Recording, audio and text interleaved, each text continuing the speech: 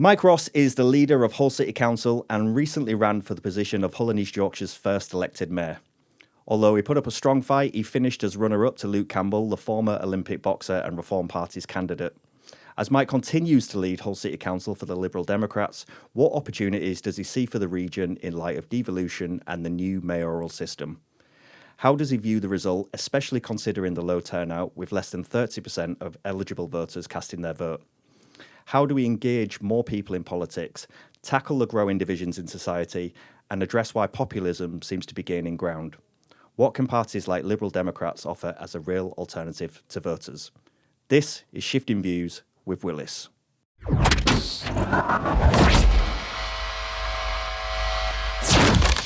Okay, Mike Ross, Councillor Mike Ross, welcome back to the podcast. Great to be here. It's a pleasure to have you back. Second time in the hot seat on a very hot day. Indeed. And yet we've managed to drag you in, which is wonderful.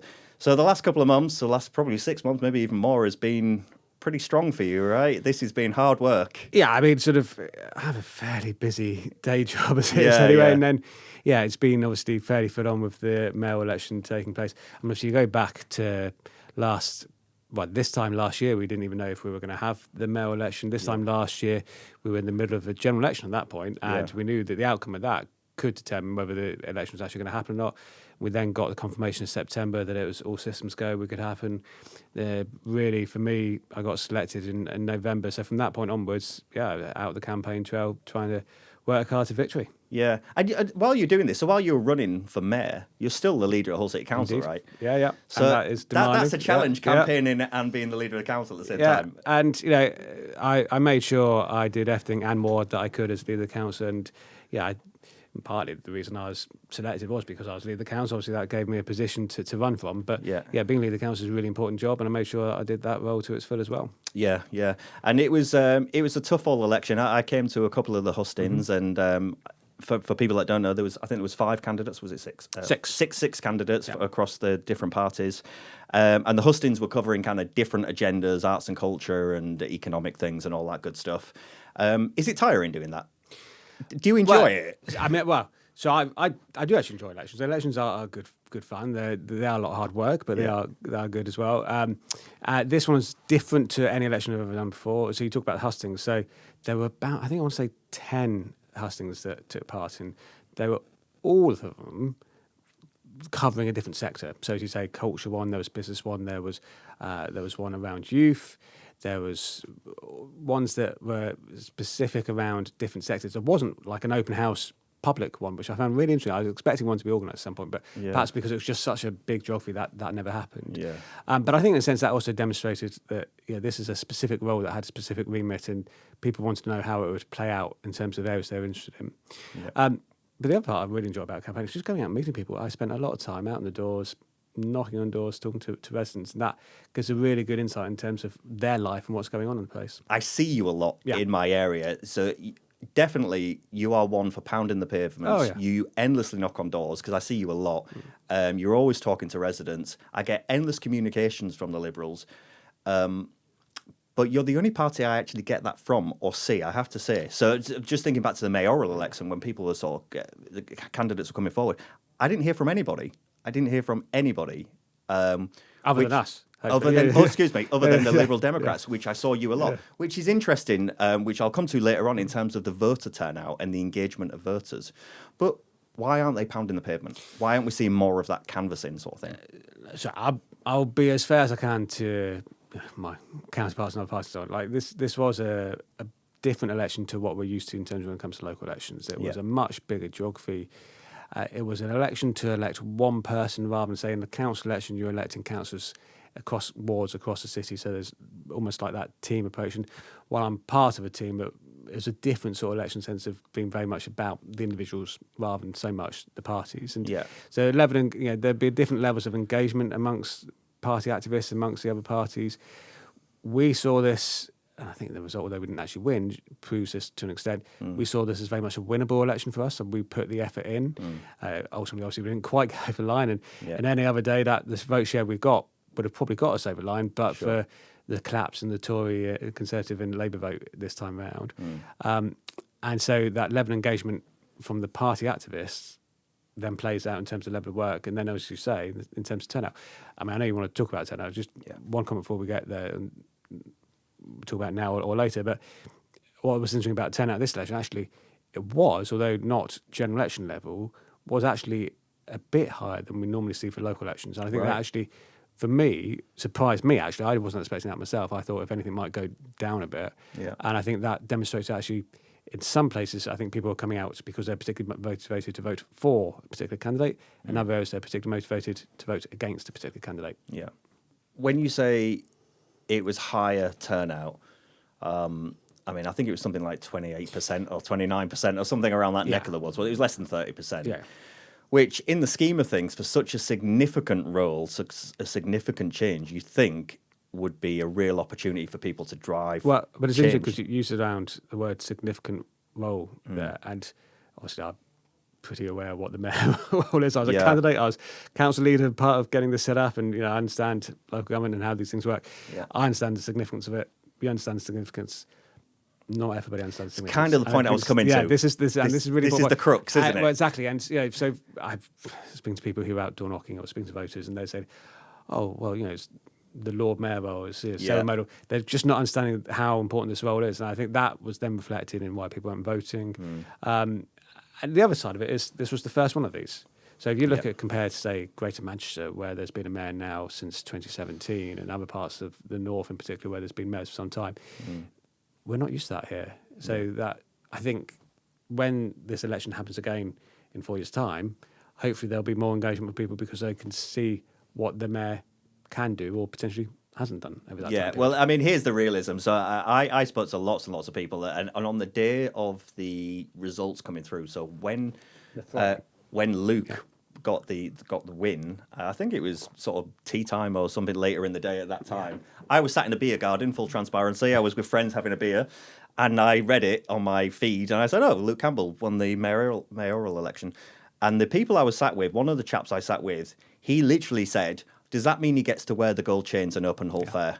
And I was like, "No, that's the Lord Mayor. It's a ceremonial role. This is very, very different." But that came up several times when I spoke to people about it. And I spoke to my folks about it, and I said, "Are you voting in the election?" And they said, "No." And then as I said, "Why? What election?" "I'm disillusioned with politics. I don't really care." That was kind of the apathy approach. But there's lots of that. There is a real sense of apathy, annoyance, just, I don't know, whatever kind of approach, which I think is worrying, because then this kind of really affects the outcomes of, firstly, who comes into power, but also kind of the direction of the feel of the zeitgeist of the country almost. I think that there has to be between, if I use a phrase like the political class, say, or those who are in positions of authority and responsibility. And for me, I see myself, yes, I'm council leader, and people say, well, that's a really important job, and I understand it is. But I see myself as a public servant, not as a ruler. I think I draw that distinction deliberately. But I think those within office and in the political system, there needs to be a relationship between them and the public. And I think, if we're honest, that has kind of broken down in recent years. Absolutely. And I think that's part of the problem here. And some of that is because of, actually, it's quite hard doing this. Yeah, to affect change, the sort of change that might be called for, while those in political office might want to go out and do it, and often earnestly will be trying to do it, I think there just has to be a recognition it can be quite hard to get those changes done. It's not overnight. And the second side of it is so then people's both expectations are not being met, and so they feel let down. And whether actually there just is a way of getting people to have more realistic expectations as well. So it just creates that environment. So I think the end result of that has been what we've seen in recent years, not just in the UK, but internationally, actually. A rise in populism. We see it in America with Trump, in Europe as well, Le Pen in France, Poland, the election for president there was a hard-right candidate. We're just seeing much more of a rise of populism, and I think that is really, really concerning and should actually concern people. Yeah, absolutely. Okay, so we've got devolution. You fought hard for devolution. And I've had you on the podcast before, and this was before we had devolution, and you was passionately sort of striving for it. You really saw opportunities in that. And of course, you run for the role of being the mayor to try and harness the possibilities that come with devolution. where do you see it going now? So what's your vision for Hull and East Yorkshire? Even if you're not in the leadership seat right now, where can we go with this? Well, I mean, I might not have been elected as mayor, but I'm still part of that process as council leader. I'm still at the combined authority, so I'm still very much part of this agenda moving forward. And I think, ultimately we have a mayor that's been elected who has come outside of this environment, and I think he will need to work with the councils closely and the council leaders to get things happening here. Sure. You say I was very passionate for devolution when we spoke before here. My view has not changed, and I have no regrets around going down this route, although the outcome wasn't one I wanted. I think the potential is still there. And while I might not be necessarily, although I stood in the mayoral election, the mayoral system is not necessarily one, if we were doing it from scratch, we would do. Yeah. I see the potential that it has. What we need to do is now work collectively to get that potential realised. And that's about fundamentally bringing investment into this region. Yeah. That's around supporting the economy that's here already and the business here already, but also growing it and bringing new investment into this region. And for me, what the point of this is when you see vast swathes of the rest of the country going down this model, we were essentially left out. Yeah. And this is an opportunity to try and play some catch up and get, we're not going to catch up the likes of Greater Manchester in the next sort of 6 months, 12 months. Sure. But do all we can to actually get that seat at the table working for us, so we bring that investment here and we do see those opportunities for the people that live in this region. One of the things that is really important to me, and one of the sort of drivers for me around why I wanted to get devolution done here, is too often people say, I want to get a job in X. That's in X, not for X, but in X. And the only way to do that, I always go to Twitter anyway. Yeah. The only way to do that is to move away. Yeah. And what I want for people to live here is to have those same opportunities where they can stay here. Go elsewhere if they want to, but they can stay here to get those jobs and opportunities rather than feel the compulsion to go away to get them. Yeah, you see, because the narrative around the devolution thing was always kind of not having a seat at the table, quote unquote, air quotes, and sort of like the region being left out of those big discussions and those big opportunities. In terms of the specifics, what would the next 4 years look like? So we've got it, you've got a mayor, you've got devolution, you've got what you want, whoever's in that role.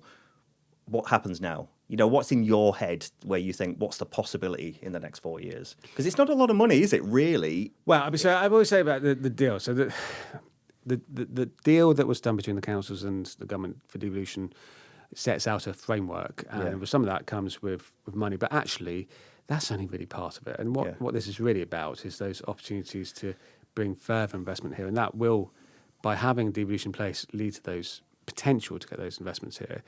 So the money that's in the deal is really just a small part of what's on offer here. If this is done right, we will see businesses wanting to work and invest in this region.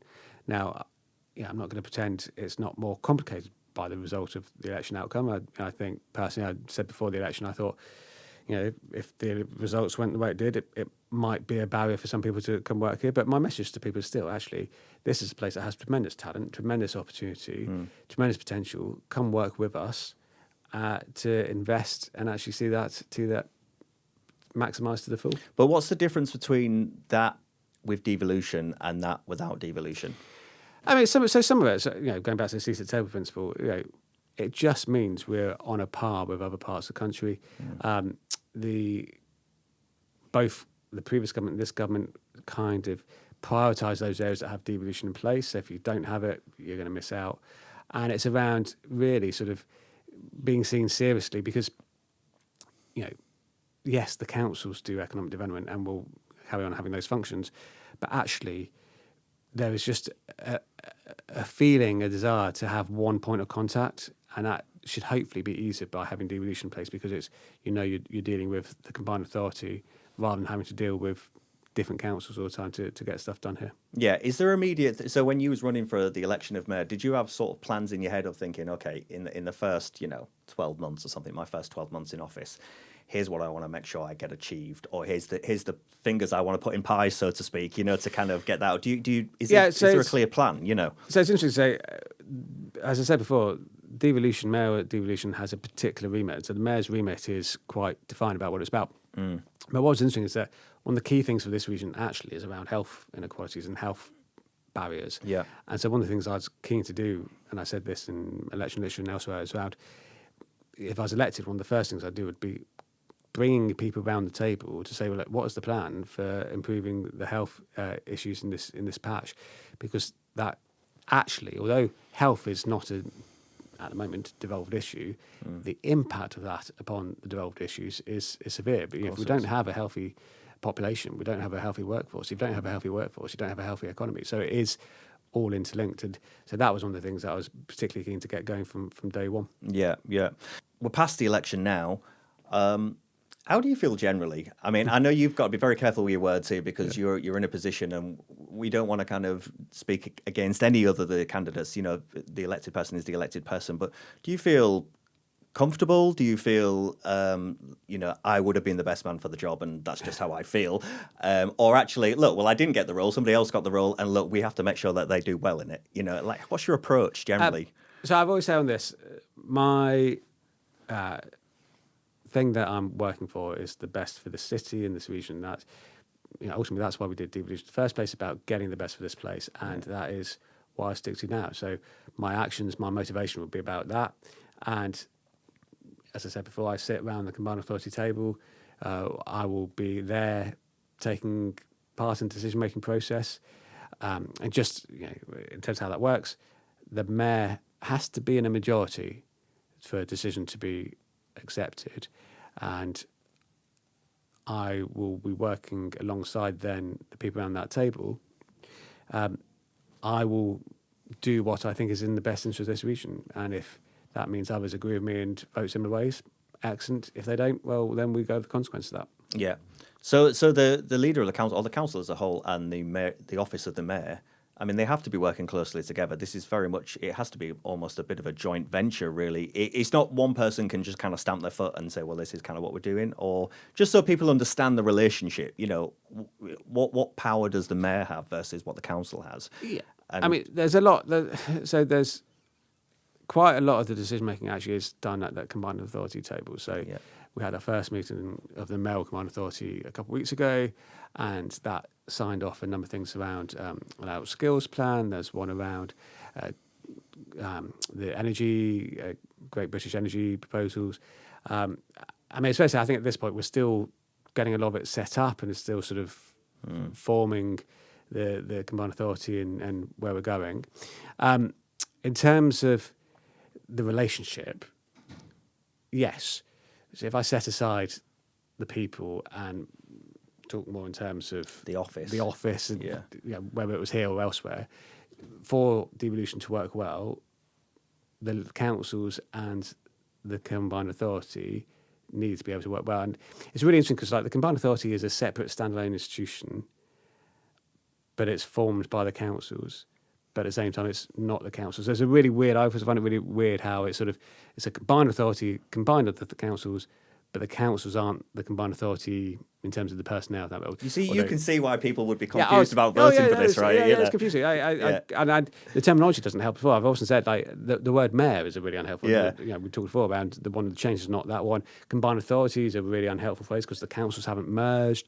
Yeah, there's so much of this is really unhelpful in terms of language. But essentially, this is a new institution that sits, I hesitate to say above, I'd like to say more alongside the two councils, and has a specific remit, particularly around economic regeneration, transport, skills, housing, those sort of key strategic issues, and it's there to lead on those issues for this patch. What would you say are the qualities needed for a role like that? So you've talked about you need to bring in investment, you need to bring business here, you need to kind of make quite big decisions about the economic growth of the region.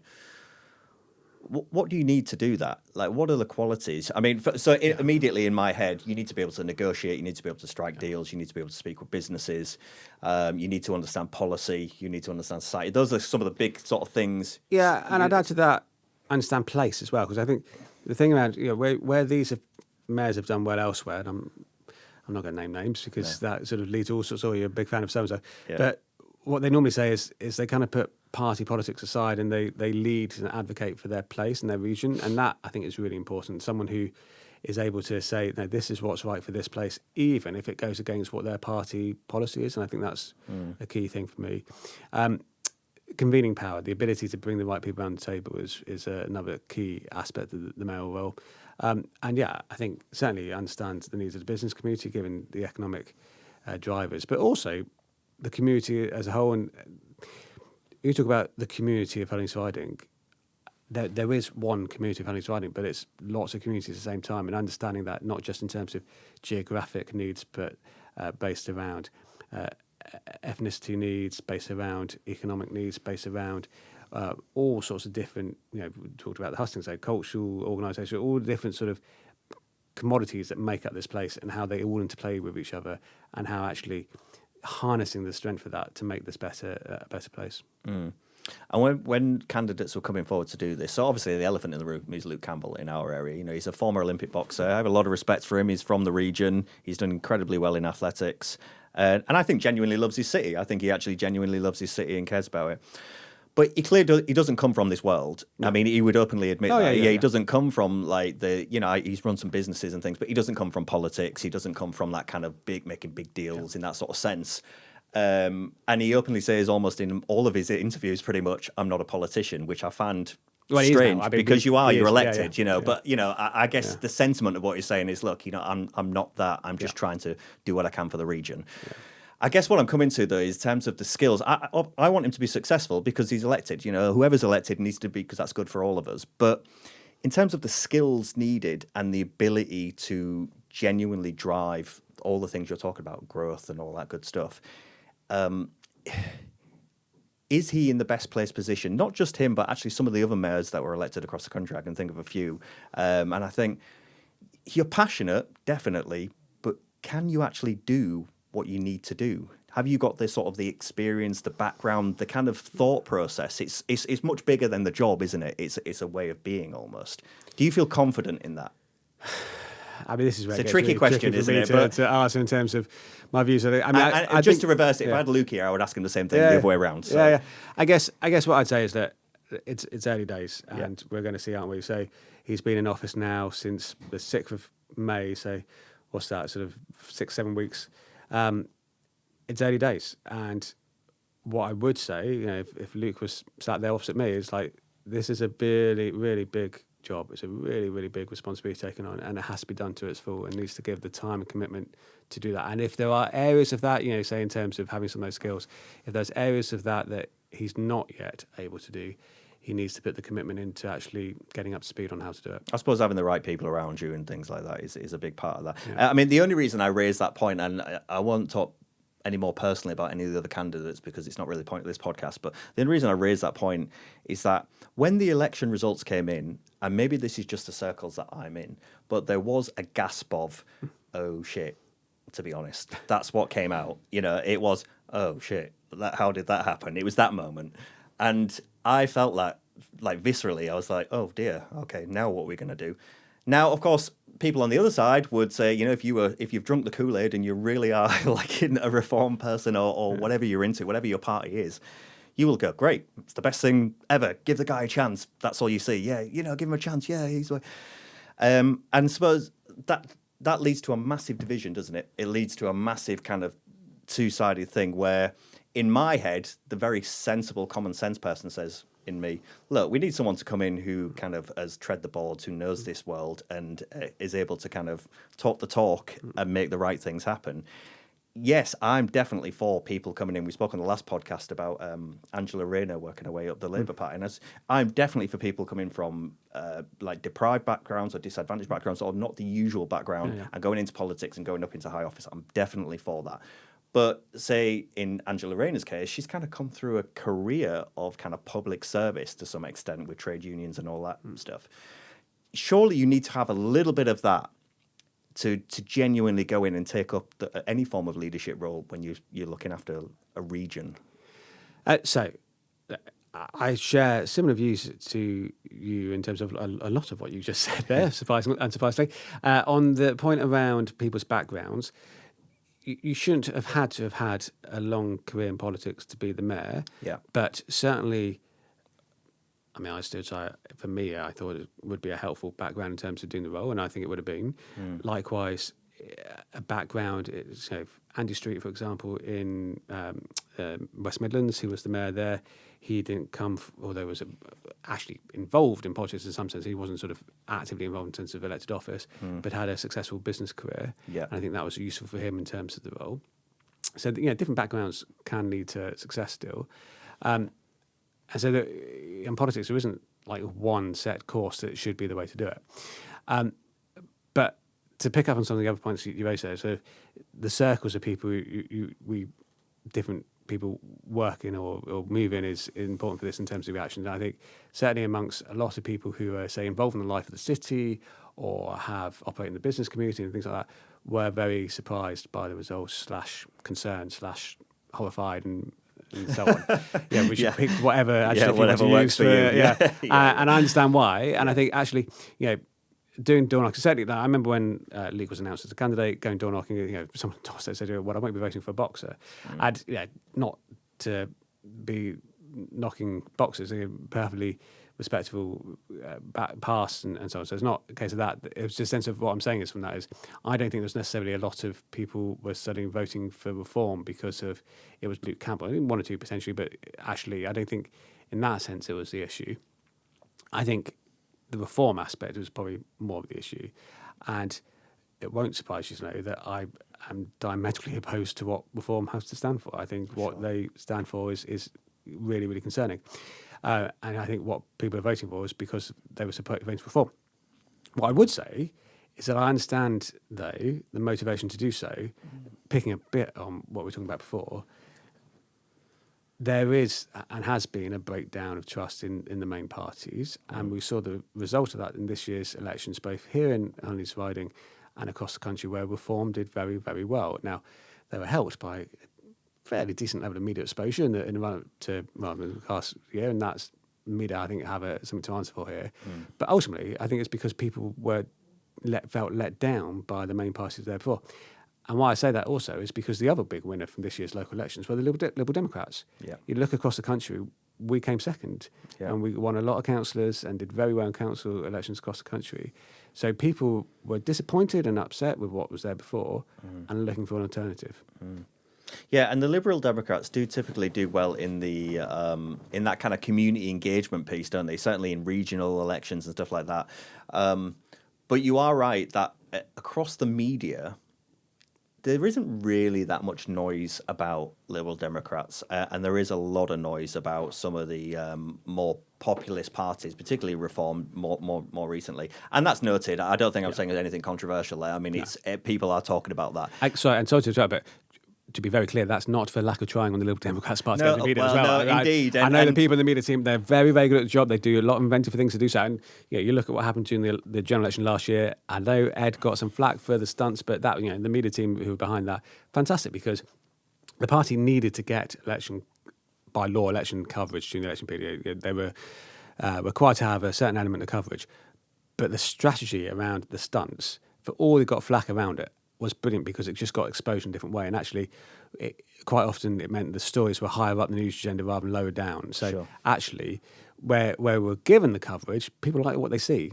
The challenge we have is a media that seems obsessed. And I'm not a conspiracy theorist type person. The media is the media, and I get that. But it does seem a disproportionate level of coverage for Reform, given the amount of votes they got in the previous election. Well, I mean, here's the thing: it's this fueling of division, isn't it? And if you watch any of the morning shows, the usual BBC Breakfast or Sky or any of those kind of things, those morning news shows, I put a post out the other day on, dare I say, X, which I very rarely use, but it seemed like the right platform to post this. And I was sort of watching one of the morning shows, and the sheer driving of fear, anger, division, as much to get as many people arguing as possible, one side versus the other. It's clear as day, and irrespective of what the guest is or the politician or whoever it is that's on being interviewed, the presenter's role at that point is to find the click, find the soundbite, find the thing, and that drives so much narrative.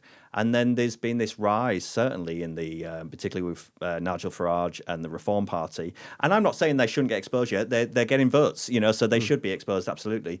And they should also be held to account, by the way. But the breaking news kind of feel of it is happening more and more. And it feels like we're fueling this kind of we want division. Do you know what I mean? It feels like there's a nastiness in the air kind of thing, you know. But I mean, they're called populists for a reason. Like, there's a reason they're called populists. They say things that are popular, and so it's very attractive for the media to put them on air. Yeah, it's really attractive. That's my question to you. So I was going to say, because you talk about Liberal Democrats and the stunts that Ed does, which are always entertaining to watch. Yeah. But is it just not sexy? And Reform, it's good telly. Do you know what I mean? No, I think as I say, like, I've always resisted doing the whole sort of media slating for the amount of coverage they get, but actually I do think there was just a point to it, man. Reform just get far too much media coverage for the votes they got, the MPs. We got 72 MPs to their 5, and it doesn't feel like that in terms of the amount of coverage. So what does the Liberal Democrats do then? Because you have got a fight. You do get a lot of votes, and you do well in local elections and stuff. There's no doubt about that. But you don't really get the exposure, I don't think it's fair to say. And irrespective of Reform, you're still not getting kind of that boost, that drive. What do you do? What's the alternative? So I think for us, there's a real danger that the party could have seen the result of the last year's general election, where we got 72 MPs from nowhere beforehand. We didn't have many MPs at all, and seeing that as a high watermark and say, right, look at what we achieved, isn't that fantastic? Yeah. If we were to do that, we'd go backwards. Yeah. And what we need to see that, in my view, is as a stepping stone to further success. You look at, said before, this year's local elections across the country, we did incredibly well, and we need to constantly be working towards the next set of elections to win again. And that is about fighting to get more exposure, but it's also about what we do on the ground and making sure the party is energised to get troops out there, get the teams out there, knocking on doors, delivering leaflets, getting embedded in local communities. We are very much a bottom-up party. We believe in sort of working from the ground up. We're not a top-down party by any means. And if we just keep doing more of that, so at the moment the party's about to, this is a very internal thing, so I apologise, but about to go through a process very soon for the president of the party. We have a party president who's elected by the party membership.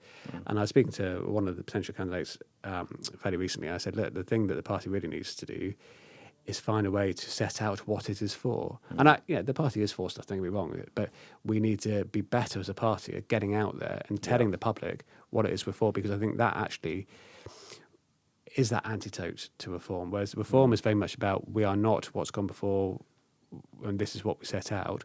We need to set out actually that strong positive vision for the country. Yeah. And I'd like to give balance, actually, because from Reform's point of view, and for any listeners or watchers are watching this, that feels like I'm just bashing Reform. I'm clearly not a Reform voter. But actually, what I would say is not everything they say is wrong.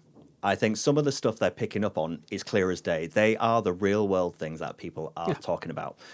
The difference, though, I would say from a populism point of view, is they leverage those things and use them as a way to make people, all of your woes are because of this. You can't get to the dentist, you haven't got any money, you haven't got a job, your kids can't get this, wherever it is. Well, that's because all this is over here, look over here, and this is what's happening. Now, those things are happening, so immigration is a big word that comes up all the time. Immigration is an issue that has to be dealt with in some vein or other, but that's not the cause of most of people's woes of what's going on in their life. And they're really good at getting that message saying, I know how you're feeling, and get us in place and we'll sort that out because we'll get rid of this. Now, I don't see from the other parties much of a drive to combat that. In the sense that I think, in my opinion, political parties, if you wanted to challenge Reform or populism, the worst thing you can do is attack the Reform voter or Farage or anything like that, because it's that old fable of like keeping the cloak on when the wind's blowing sort of thing. They'll just cling on tighter. You're not going to convince them of what you're saying.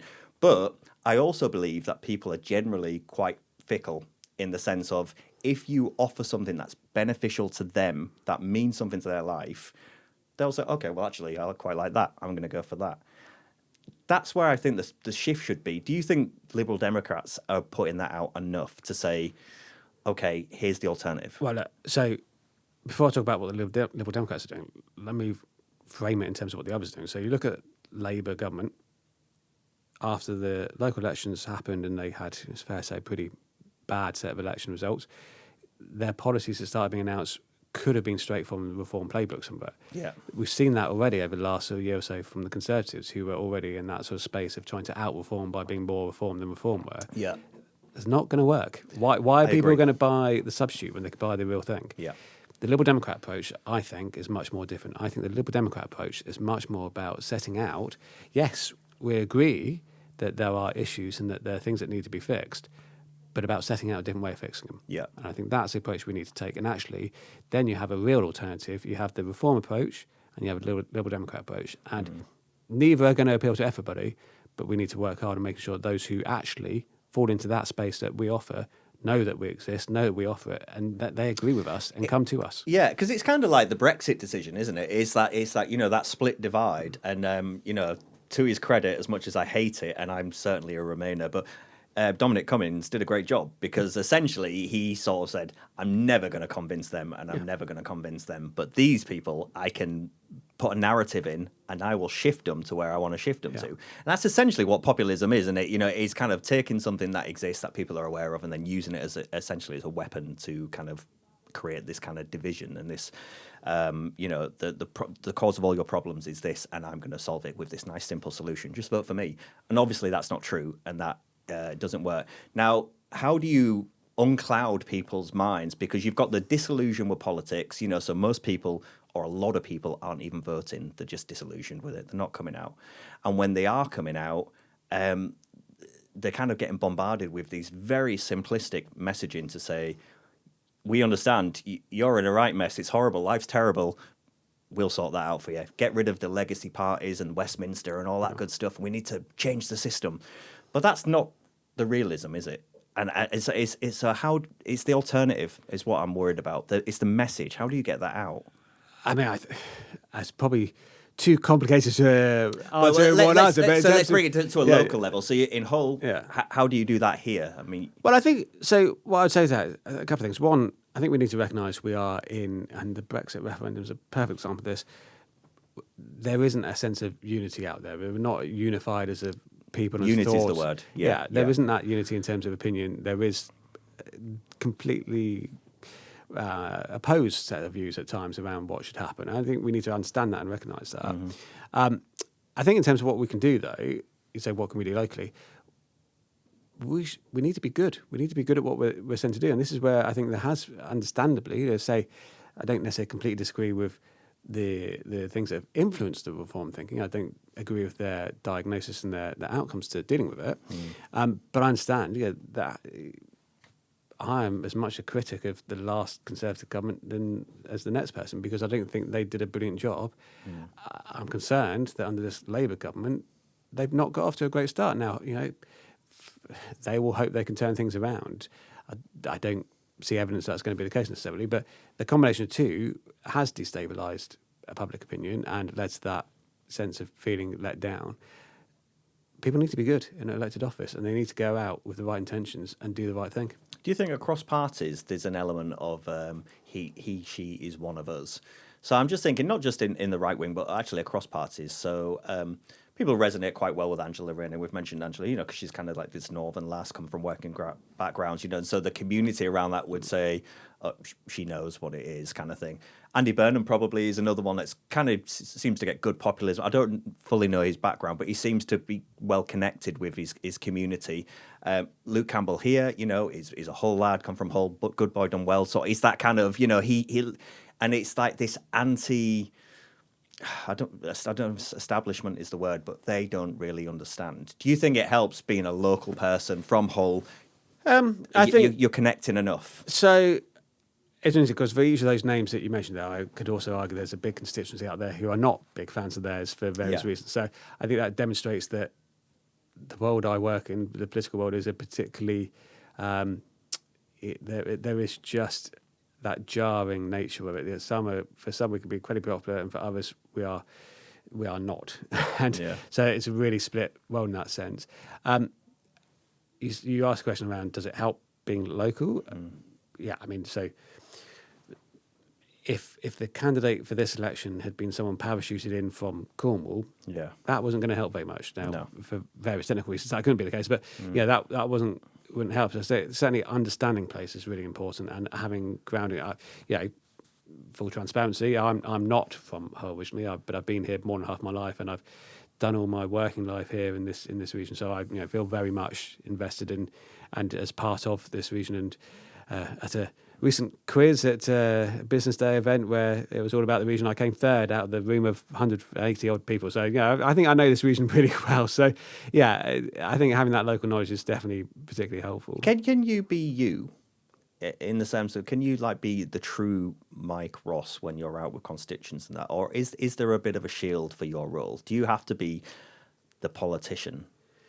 So it's really interesting in the sense of, am I the politician?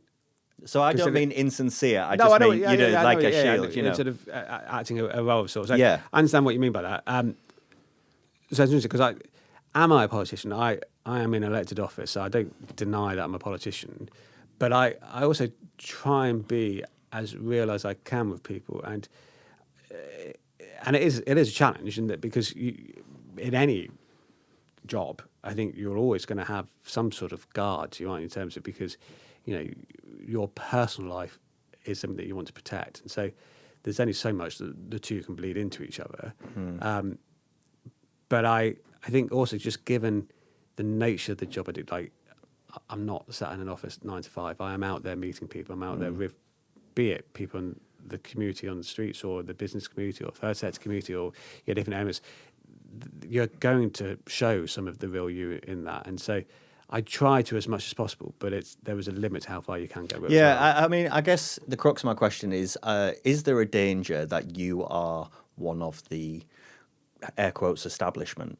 You are the politician, and actually, there's this crying out for, he's not one of us, so, that sort of sense. And it'd be perfectly legitimate for people to say, oh, well, he's been a councillor 20 odd years, he's one, they're not us. And I think, I understand that, I guess. But also then people, if they understand my motivation, I haven't done this for reasons about self and about what I can get out of it. I have risen to the top of the council over my years, but again, I wouldn't necessarily say that was necessarily the plan when I started doing this 20 odd years ago either. And what motivates me is what I can do in the role to help others. And we all say, in terms of our team, so we as councillors are there to represent the community to the council, not the council to the community. And if you have that sort of principle of working, you ground yourself in the community rather than feeling part of the establishment. Yeah. Why do you do it?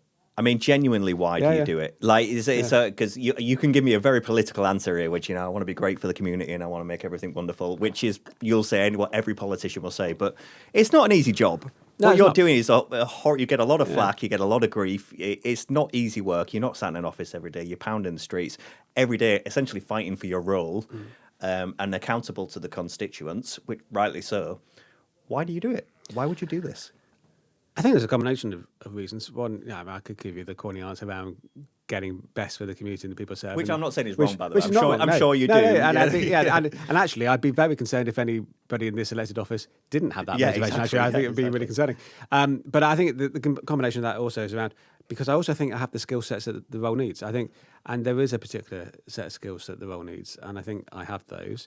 And so, if someone wanted to give back to their community and work for local people and so on, they could work for, say, the Citizens Advice Bureau, or they could be a police special constable. There's other ways of doing that, but I think politics is a particular set of skills that's required to do it well, and I think I have them, and I've enjoyed doing it, and that political world does interest me. So that is why I do what I do. You see, what I find interesting is I think that most people genuinely that do go into politics in whatever level actually do go in with good intentions for the most part, because you wouldn't do this job. You wouldn't do it. It's a horrible job from what I can see from the outside. But, there's a sense that from some people that you go into it because it's an easy way to make loads of money. Like, I have my car in the car park. I can promise you it's not a Mercedes or anything flash. I am not making hundreds of £1,000s doing this. It's not about money. It's not about self-aggrandizement. It's not about anything. It's generally because I think I can do it. But even if it was, even if you were making whatever the salary was, like loads and loads of money, hundreds of thousands, I'm still not sure. I mean, it's looking from the outside. it's pretty hard to be in public office of any role, whatever your political colours are. I feel for everyone who goes and does their morning rounds and all that kind of stuff and is on the news, because you're just getting grilled. And not only are you getting grilled, but going back to the earlier point about media, the media have their own narrative, and whatever you say, it'll be spun or twisted or whatever, taken out of context, because that's their job. It's entertainment, and politics shouldn't be entertainment. But that's a different subject. Yeah. But so to do that job is hard enough, anyway. And I think so. You must go into it thinking, you've got like a set of values or feeling, you just go, I think I could do something better. I could make a difference. And if that's my contribution to life or to community beyond my family, maybe that's a good thing to do. But then there's an itch, isn't there, later on? It's particularly if you go higher up the levels of politics, and I would say more in national politics, but generally across the board, where, maybe you lose that edge of what you were originally there for, because you're kind of trying to compete with like the politics and the party, the whips and all that good stuff. Can you lose it? Do you know what I mean? Potentially. I think what's so I've stood for Parliament before. I think I probably knew I wasn't going to win any elections, so I stood for a general election in the past. But that opportunity may arise in the future, particularly the way things are changing, and I might be an MP if the opportunity arose. But actually, I'm not saying here the thing I really want to achieve in life is to become an MP. No. Listen, if it happens, and great, I'll do the job. But I can get a lot more done as leader of the council than as a backbench MP. Yeah. And so, and again, not saying that I'm driven by power, but actually that ability to influence is something that does interest me, and I can do that in my current role. And that's why I want to keep doing this and do it well. And it's really interesting, combine this in the previous question. My profile in the city is pretty high these days compared to, say, when I took office as leader of council 3 years ago. Sure. And I know that enables me to have a relationship with people that is different to before. And actually, it's not uncommon. I can be walking around the streets of Hull and people stop me because they know who I am, and that's fine, by the way. If people want to do that, that's fine. I appreciate it goes with territory, but so what I'm saying is like, it is just a very different role and has very different demands upon people who do it. And people say, oh, you need a thick skin to go into politics, and sadly, actually, you kind of do these days. But it shouldn't be like that. No, it shouldn't. It really shouldn't be like that. And it's, again, I talked about the media before. I hate to sort of sound a bit hackneyed by saying, social media's not helped. But actually, social media probably hasn't helped. I use social media. I'm on LinkedIn and Twitter and all the types like that. And I use those as places to share a message, because I think it's important to share messages. Sometimes I'll have a bit of interaction with people, but when you get the comments from people and it's just sort of, I don't mind people being critical. Critical is one thing, but abuse, I think, is, and I don't get a lot of myself, but it's just ridiculous. And I think actually that doesn't help the political debate. That doesn't help achieve what they're trying to do, and it doesn't help politicians, because it also doesn't help attract people to be part of it. And actually, I'm sure we've put off many, many good people from getting involved because they think, well, why would I want to be part of that? I'm pretty good at sort of clearing my mind of all the social media stuff and just sort of recognising it goes on, but just not dwelling on it. Okay. All right. So we're coming to a close. So what's the future of Hull? This was the last question I'd written down. So we've got a rich history. We've got a strong community. There's good values.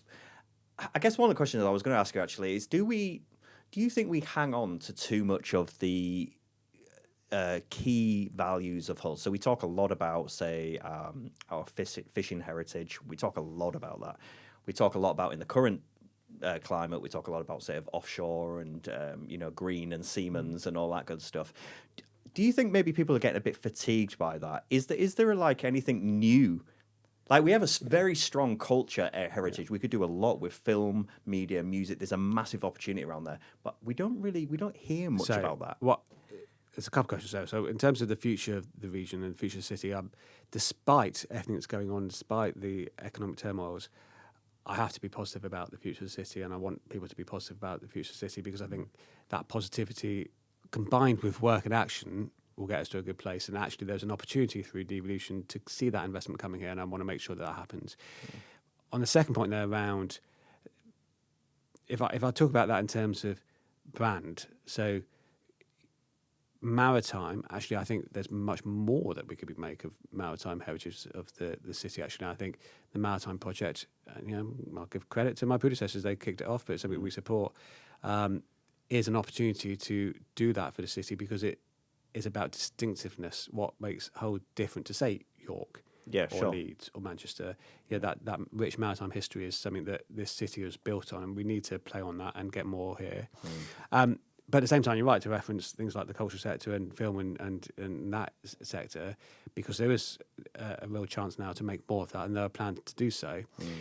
What I would caution against, if you're talking in terms of brand, is to flick from one to the other too quickly, because it needs time to embed and actually gather people here. So for me, I'd say it's less around downplaying the lights of the maritime and the energy sector, but more around rounding it to include the others as well. Yeah. I mean, I absolutely agree. I'm all for maritime. I'm all for that sector, and I'm all for what's going on currently with energy. I think there's a massive opportunity, so we should leverage the heck out of it. There's no doubt about that. I just wonder where people engage in it, not just nationally in terms of the brand of the region, but locally in terms of like, what does it mean for me? And but I think that I sort of have a lot of sympathy with what you say there. I think that there is potentially a failing of the key institutions to get that message across locally around the importance of it and getting people on board with it. I think when the maritime project is finally complete next year, and things like the Maritime Museum reopened, I was recently last few days at the North End Shipyard, and the new visitor centre is being built there. Things like that are open to public. That would be a tremendous way of getting people to get it back into their DNA here and get it back into their life, and that will be really important to retelling the story. I think the purpose of Maritime Project is around attracting people here to the city so they learn about the city, and that's good for the local economy as well. But also just retelling the story to the local population, I think would be really important, and getting them to remember and understand. Because, we cannot deny that the maritime heritage of the city is so important. So many families still around the city who are one generation away from people who are out at sea. Yeah. Councillor Mike Ross, you've been so generous with your time, and I knew this was going to go on, so I'm sorry for that, but thank you for coming on for the second time. Pleasure. And giving your viewpoint on what's going on. Overall, it all sounds, you're positive. You're positive about the region. Look, we've got devolution. You wanted that. We have a mayor in place. You're the leader of the council. Hopefully you can work together and achieve good things, which is kind of what you ultimately want to do. And your overall message to listeners for the region is kind of, keep your chin up, and we are going to move forward. You're very positive about that, aren't you? Yeah, it's work with us. There's a real moment now. Let's all pull together to get in the right place. Okay, thank you so much for your time. Thanks for coming on. Cheers.